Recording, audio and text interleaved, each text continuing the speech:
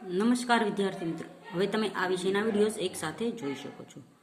તેના માટે વિડીયો નીચે મારી ચેનલનું નામ છે, તો ચેનલમાં જઈ પ્લેલિસ્ટમાં જશો તો આ વિષયના વિડીયોઝ એક સાથે જોઈ શકશો.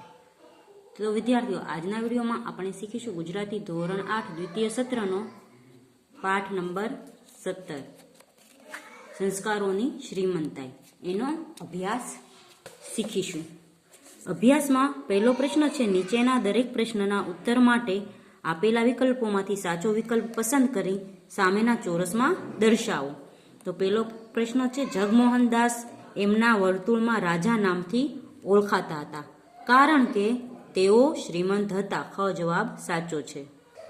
બીજો પ્રશ્ન છે, જગમોહનદાસ બંગલો વેચી લાકડાના મકાનમાં રહેવા ગયા કારણ કે સટ્ટામાં ફટકો પડતા નુકસાન થયું હતું. ઘ જવાબ સાચો છે. ત્રીજો પ્રશ્ન છે, ભગવાને સંપત્તિ લઈ લીધી ત્યારે પાર્વતી બહેન શું માને છે? તો પાર્વતી બહેન માને છે કે આ ભગવાનના આશીષ છે. ક જવાબ સાચો છે.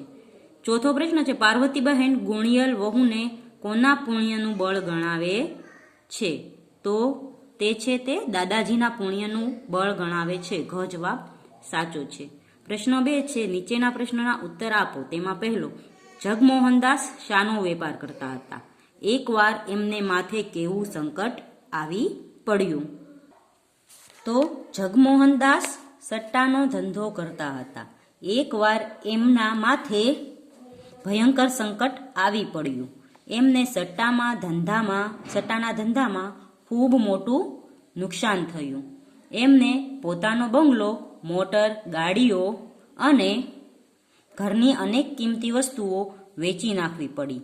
એમના સંપત્તિ, વૈભવ, માન, પ્રતિષ્ઠા જોતજોતામાં પાણીના રેલાની જેમ જીવનમાંથી વહી ગયા.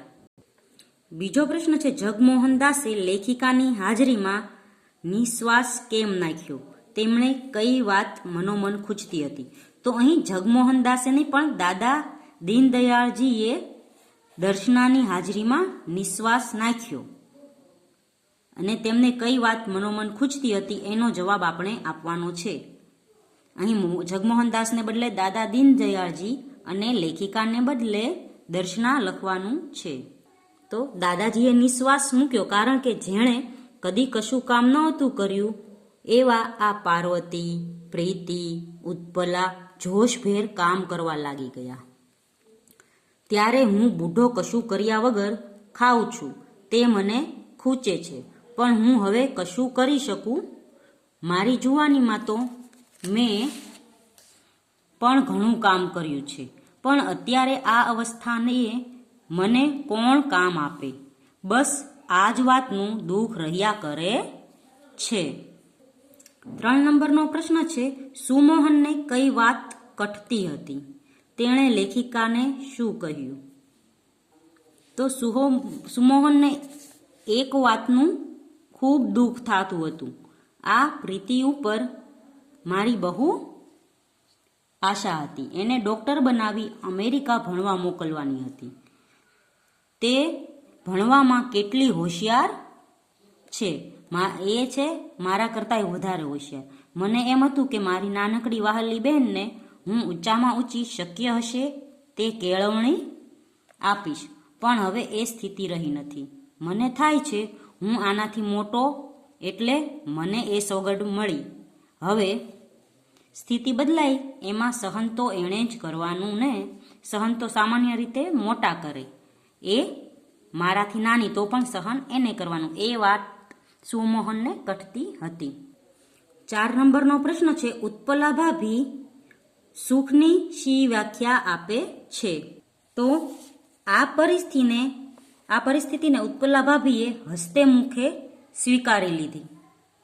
બંગલા, મોટરગાડી, પાર્ટી, ક્લબ અને મિજલસમાં જે સુખ મળે છે એના કરતાં તેને ઘરકામ કરવામાં અને રાત્રે પતિ સાથે 2 ઘડી વાતો કરવામાં વધુ આનંદ મળે છે. તેને ઘરકામ કરવામાં અને રાત્રે પતિ સાથે 2 ઘડી વાતો કરવામાં આનંદ મળે છે. તેને ઘરકામ કરવાની ફાવટ નથી, પણ એનો તેને અફસોસ નથી. તે આશાવાદી છે. તેને ખાતરી છે કે તેને થોડા સમયમાં કામની ફાવટ આવી જશે. ત્યાર પછી તે કોઈ નોકરી શોધી લેશે અને ઘર ખર્ચના બોજને હળવો કરવામાં મદદરૂપ થશે. 5 નંબરનો પ્રશ્ન છે, પોતાને મળેલી ગુણિયલ વહુને પાર્વતી કોના પુણ્યનું બળ ગણાવે છે? તો તેનો જવાબ છે, પોતાને મળેલી ગુણિયલ વહુને પાર્વતી દાદાજીના પુણ્યનું બળ ગણાવે છે. 6 નંબરનો પ્રશ્ન છે, લેખિકા જેને કર્તવ્ય ભાવના કહે છે એ પ્રીતિને મન શું છે? શા માટે? તો લેખિકા જેને કર્તવ્ય ભાવના કહે છે તે પ્રીતિને મન શ્રીમંતાઈ છે. કારણ કે સાચી શ્રીમંતાઈ સંસ્કારોની શ્રીમંતાઈ છે. તો વિદ્યાર્થીઓ, આપણે અભ્યાસ પૂર્ણ કર્યો. આવતા વિડીયોમાં આપણે સ્વાધ્યાય લખીશું. ત્યાં સુધી ગુડ બાય, ટેક કેર.